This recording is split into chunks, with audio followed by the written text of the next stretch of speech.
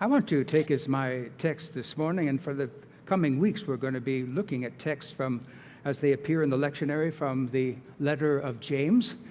James chapter 1, verses 19 through 25. That's part of the text that Godson read. James chapter 1 and beginning at verse 19. And if you're making use of the Pew Bible, you can find that text on page 1199. James chapter 1 and beginning at verse 19, which I'd like us to look at again. James chapter 1 and beginning at verse 19. And so James writes, James, who became a significant leader in the Jerusalem church after the resurrection and ascension of Jesus Christ, who happened to be, by the way, the oldest of Jesus' brothers after Jesus. Jesus was the firstborn. And so James, or as he would have been known by his family as Jacob, he writes to this Christian community who seemed to be actually primarily Christian Jewish people. He says, "Know this, my beloved brothers and sisters," as the case may be, "let every person be quick to hear, slow to speak, and slow to anger. For the anger of man does not produce the righteousness that God requires. And therefore put away all filthiness and rampant wickedness, and receive with meekness the implanted word, which is able to save your souls. And be doers of the word, and not hearers only, deceiving yourselves. For if anyone is a hearer of the word and not a doer, he is like a man who looks intently at his natural face in a mirror. For he looks at himself and then goes away at once and forgets what he looks like. But the one who looks into the perfect law, the law of liberty, and perseveres, abides, being no hearer who forgets, but a doer who acts, he will be blessed in his doing." This morning I want to talk about knowing and doing the word. Knowing and doing the word. In my experience, I haven't ever met anyone who seriously objected to the logical relationship that exists between knowing and doing. In fact, very often it's exactly because we want to get some particular thing done that we often seek to know. We seek knowledge. Indeed, we seek knowledge because we want to do whatever it is that we want to do the right way. And we know that more or less instinctively that knowing and doing go hand in hand. Indeed, we frequently criticize others for failing to act properly based upon what they know. For instance, in politics, the question will sometimes be posed, and it has been posed, I think, at least, of course, in my memory, since Nixon, and that is, what did the president know, and when did he know it? And it's the answer to this question that determines whether or not we believe the president has acted properly or not, based upon what he knows. Indeed, it was James, in this same letter of James, in chapter 4 and verse 17, who wrote, "Whoever knows the right thing to do, whoever knows the right thing to do, but fails to do it, knowing and doing, for him it is sin." Whoever knows the right thing to do, but fails to do it, for him it is sin. And so knowing and doing go hand in hand. And God says to us this morning in our text, through what James has written here and what we know as the first chapter of James, he tells us, know the word and do the word. Know the word and do the word. And the first is know the word. And he tells us that knowing the word begins with hearing the word. Notice again verses 19 through 21. "And know this, my beloved brothers, let every person be quick to hear, to listen, to hear, slow to speak, slow to anger. For the anger of man does not produce the righteousness that God requires. And therefore put away all filthiness and rampant wickedness, and receive with meekness the implanted Word, which is able to save your souls. And so knowing the Word begins with hearing. Indeed, James says, be quick to hear.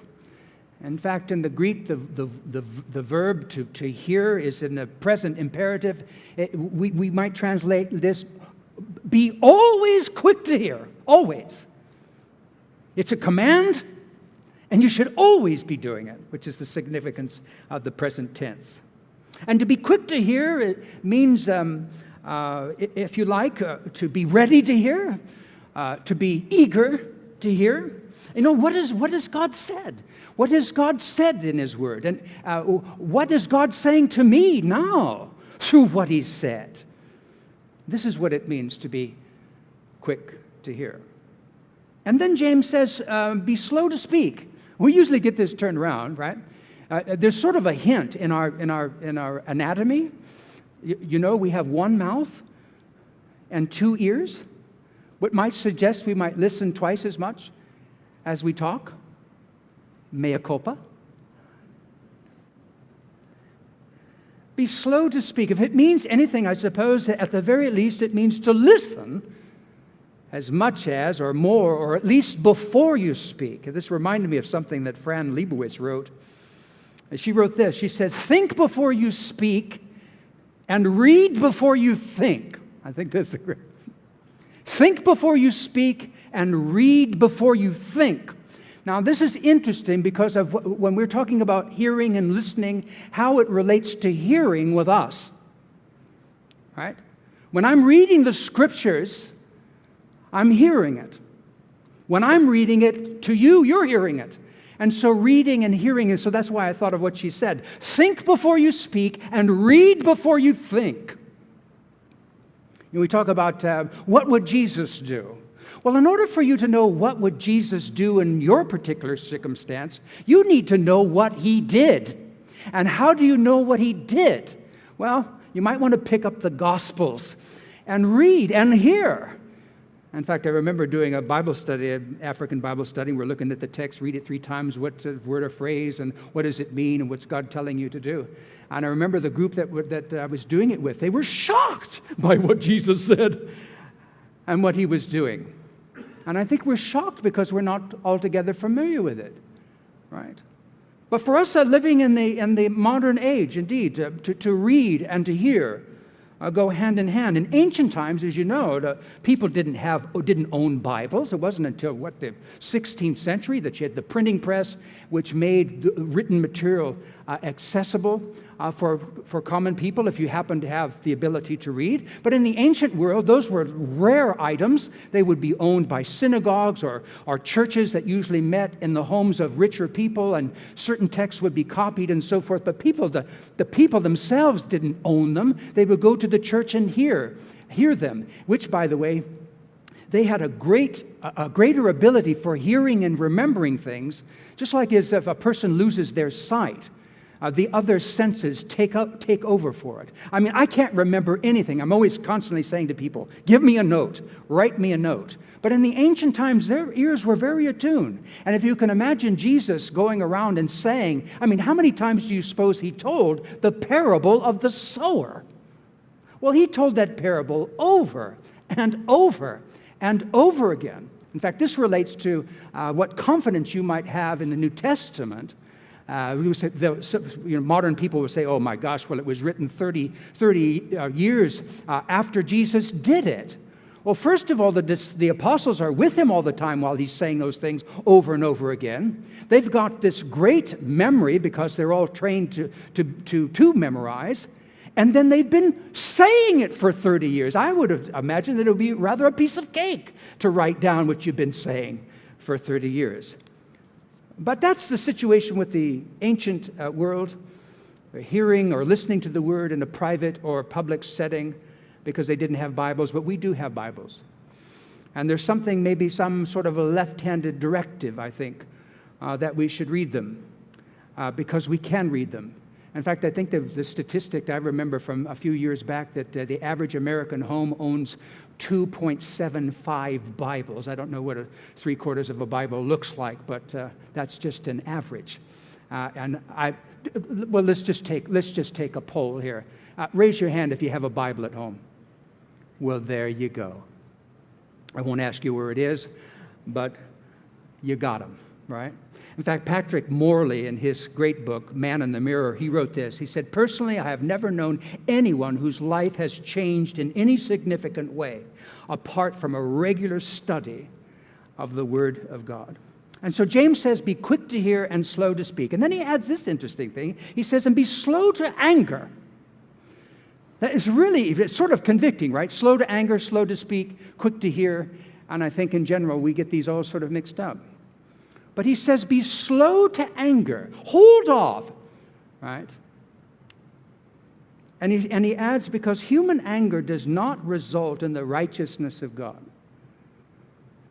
And I think that this is perhaps counterintuitive for a lot of people because no one seems to feel more right or righteous than an angry person. Have you noticed that?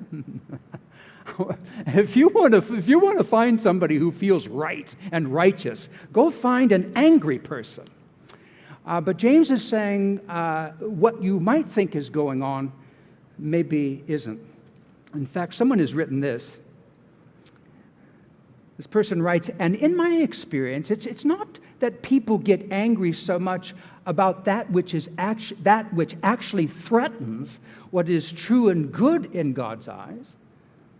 My experience is not that people get angry so much about that which actually threatens what is truly good and right in God's eyes. More often, what angers most people is that what threatens the achievement of their own personal happiness.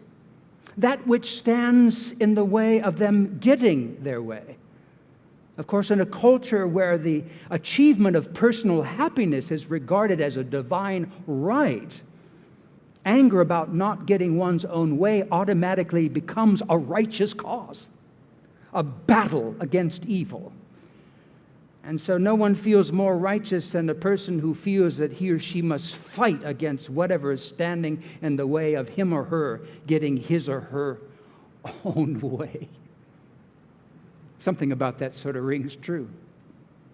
It's interesting, the psalmist and tradition would have it that David wrote Psalm 37. Psalm 37 and verse 8 says, refrain from anger and forsake wrath. Refrain from anger and forsake wrath. Fret not yourself. It leads only to evil. Sound words. It reminds me of what someone once pointed out, that the word anger and the word danger, in fact, the word anger is just one letter shy of the word danger. Proverbs 14 and verse 29, whoever is slow to anger has great understanding, but he who has a hasty temper exalts foolishness. And so James says, knowing the word begins with hearing the word. And then James says, and knowing the word involves embracing the word.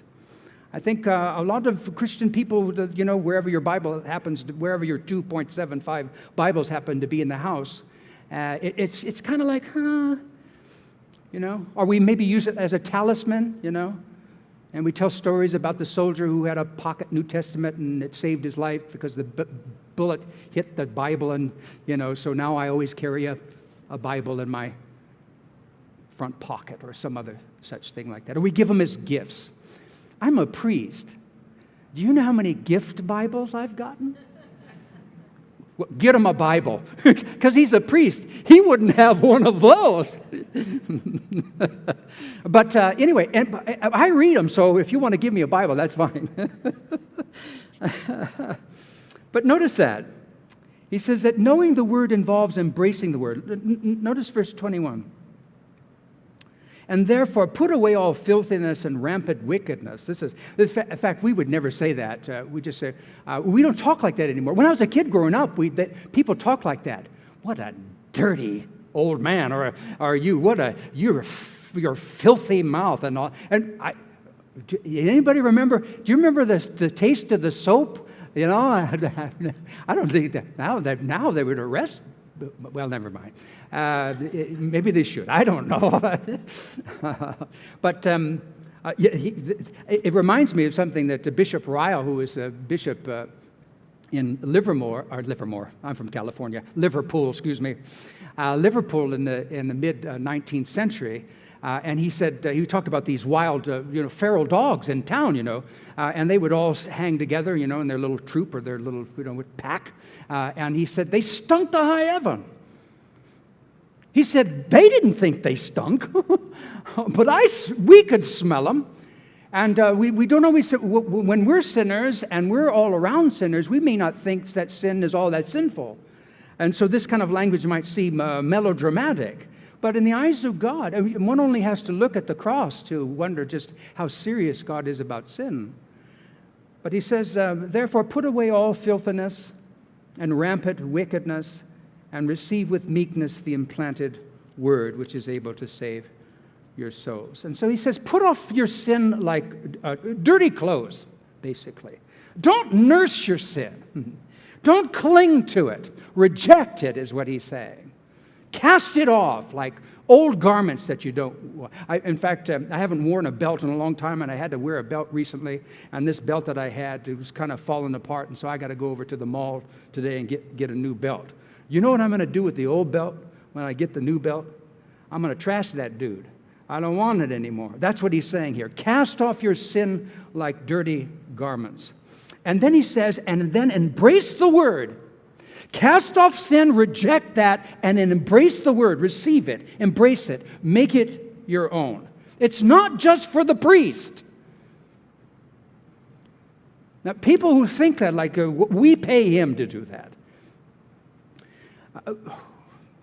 There's lots of priests. If you think, I mean, we know about clergy scandals. You think, well, you might want. Well, this is for everybody. Christ's call to obedience and new life and all of that is for all of us. He says, embrace it. Make it your own. He says, with meekness, that is, with humility. Remember that God is God and you aren't. He describes it the implanted word that's able to deliver you. That is, the word that God has planted in your heart and in your mind if you belong to him. In fact, it's reminiscent of a verse from Deuteronomy chapter 30 and verse 14, where Moses, by tradition, wrote, "For the word is very near you. The word is in your mouth, in your heart." And notice why. So you can do it. So you can do it. And so that's the first thing, know the word. Then God says to James, and do the word. Because knowing's not enough. Notice again, verses 22 and 20 through 25. And be doers of the word, and not hearers only, deceiving yourselves. For if anyone is a hearer of the word and not a doer, he's like a man who looks intently at his natural face in a mirror. You don't look in the mirror, do you?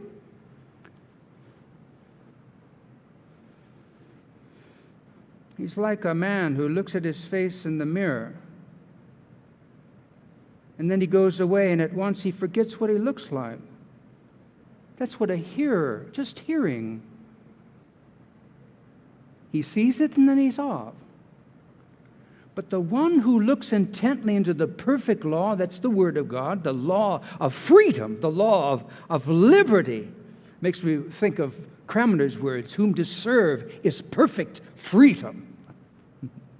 But the one who looks into the perfect law, the law of liberty, the Word of God, and perseveres in it, he doesn't just walk away, but perseveres, being no hearer who forgets, but a doer who acts, a doer who takes action, he will be blessed in his doing. And so James says that to hear the word without doing is to be deceived. To listen to the word, to read the word, to agree with the word. Oh yeah, the heads nod and yes. But then to imagine that that's enough. James says is a deception. In fact, Jesus said famously, it's recorded for us in Luke chapter 6 and verse 46, why do you call me Lord? It's like, stop calling me that. Why do you call me Lord and you don't do what I say? Stop Is Jesus your Lord? Oh, of course. Do you do what he says? Well, the stuff I like. Indeed, if we're listening and learning and agreeing, but we aren't doing, we're not disciples. We're auditors. When I was in college, I don't know if they have that anymore. In college, if you didn't want to do the work, you could pay a lesser fee and you got to sit in and listen. But you didn't have to write the papers. You didn't have to take the tests. But you got to listen. And you'd come out and say, well, wasn't that interesting? But you don't have to do any of the work. And I think perhaps the church has a lot of auditors. They listen and, well, it was good today, or it wasn't good today, or I don't like that song, or what was Scott, what flew up his nose, as if that was the point. James illustrates it with this illustration, right? At verse 23. For if anyone is a hearer of the word and not a doer, he's like something. He's a simile here, an extended metaphor, like a man who looks intently at his natural face in the mirror. Like, you look in the mirror and you go, oh my gosh, I think recently, the president was on and they slipped him a note and said, you got mustard on your chin. Remember? Did you see that? And then it was good. He got the word and he did something with it. He wiped the mustard off his chin. But this person gets a note that says there's mustard on your chin. They go, oh, you know what? There's mustard on my chin. And they don't wipe it off. They don't do anything. But all the while you're telling them you got mustard, and they're going, I do. I have mustard. You know what? Well, we all have mustard. That's the confession, Well, we're all sinners. I don't have any in particular, but we all have them collectively, that sort of thing. Right. Auditors. But James says he looks at himself and goes away, and at once he forgets what he's like. And so knowing's not enough.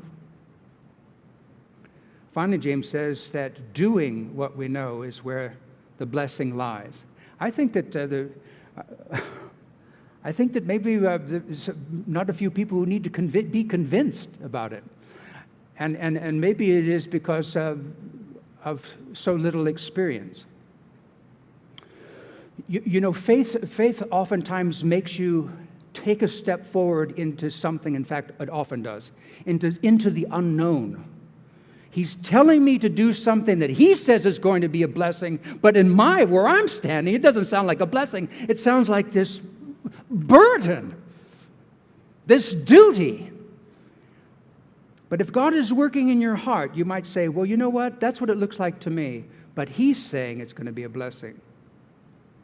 So why don't I just go ahead and trust him? He's invited me to get out of the boat and walk on the water. No, I wouldn't think that was possible. But then again, I see him walking on it. And he said, come on out. So what am I going to do? In fact, I think it was John Ortberg who wrote the book, if you're going to walk on water, you got to get out of the boat. If you're going to be blessed, you have to trust him and do what he's calling you to do and find out by personal experience that indeed it is true that those who do the word are those who are blessed. Indeed, James says that the one who is blessed is not the one who hears and knows and then walks away unchanged. Rather, the one who is blessed is the one who hears and knows. He says, who abides, who stays with it, who obeys the truth and is transformed by it. This is the person that you might have met a year ago, and for some reason there's something new about her. Something new about him. Because he or she has been engaging this word, and it's changing. And then she says, I don't know, Lord. I don't know. But I'm going to go ahead and wow. And people who do that, they get better at that. And they become more trusting because they keep on trusting Him with a little thing. And then it's a little bit more and a little bit more and a little bit more. And then all of a sudden, they're telling a story that you can't even relate to. I mean, how would you respond if somebody said, hey, let me tell you when I walked on the water and what it was like? You know what it's like to walk out on the lake and you got the water splashing against your ankles? And you go, no, I haven't any idea. Well, it's great. It's like people making commitments to giving and that sort of thing. The average evangelical Christian, and they're the most, dedicated is it in America relative to these types of things, they give on average 4% of their income. Well, that's not even half a tithe. But you meet somebody who's tithing and more and growing and giving, and you think they're mad because Jesus said it's more blessed to give than to receive. And they practice that, and they're nuts about it. They're happy. They're filled with joy. It was Jesus who said this famously in John chapter 8. If you abide in my word, not just listen to it and walk away. If you abide in my word, that is to say that you stay with it and you're working it and you're living it. If you abide in my word, you are truly my disciples, and you will know the truth, and the truth will liberate you. The truth will set you free, and everyone who practices sin is a slave to sin.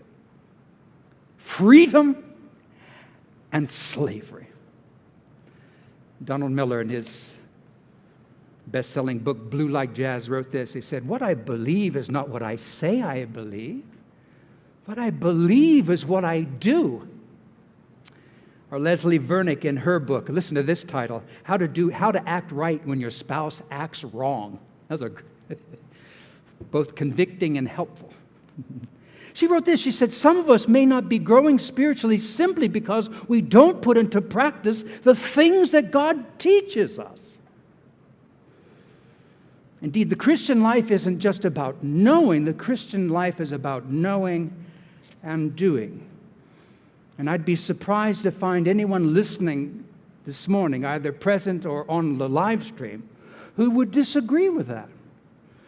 And so if we're having a problem bringing these two things together, the knowing and the doing in a meaningful way, it's probably not an intellectual problem.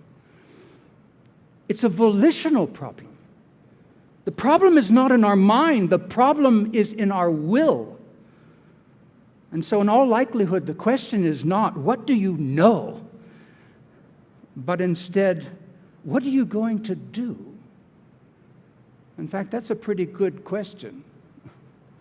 What are you going to do with what you heard today?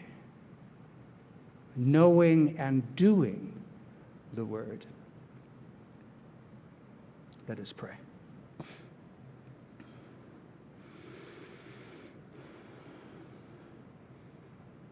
Lord, I always appreciated what Cramner says, and we pray it in the prayer book, in the daily office.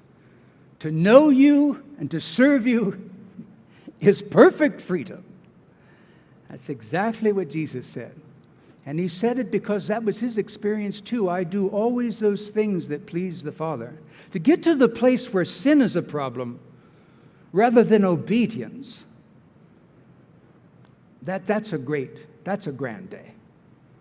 Help us, Lord, to get to that place, to see things the way that you see it, that it's much more wonderful and joyous to live in the light than to live in the darkness, to live with integrity rather than to live a lie, to walk in the truth, to respond in obedience, to know that you're God and not to take or try to take your role away and make you our servant.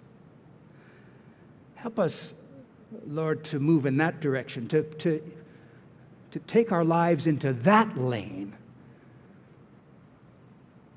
and get where you want us to go. I pray in Jesus' name. Amen.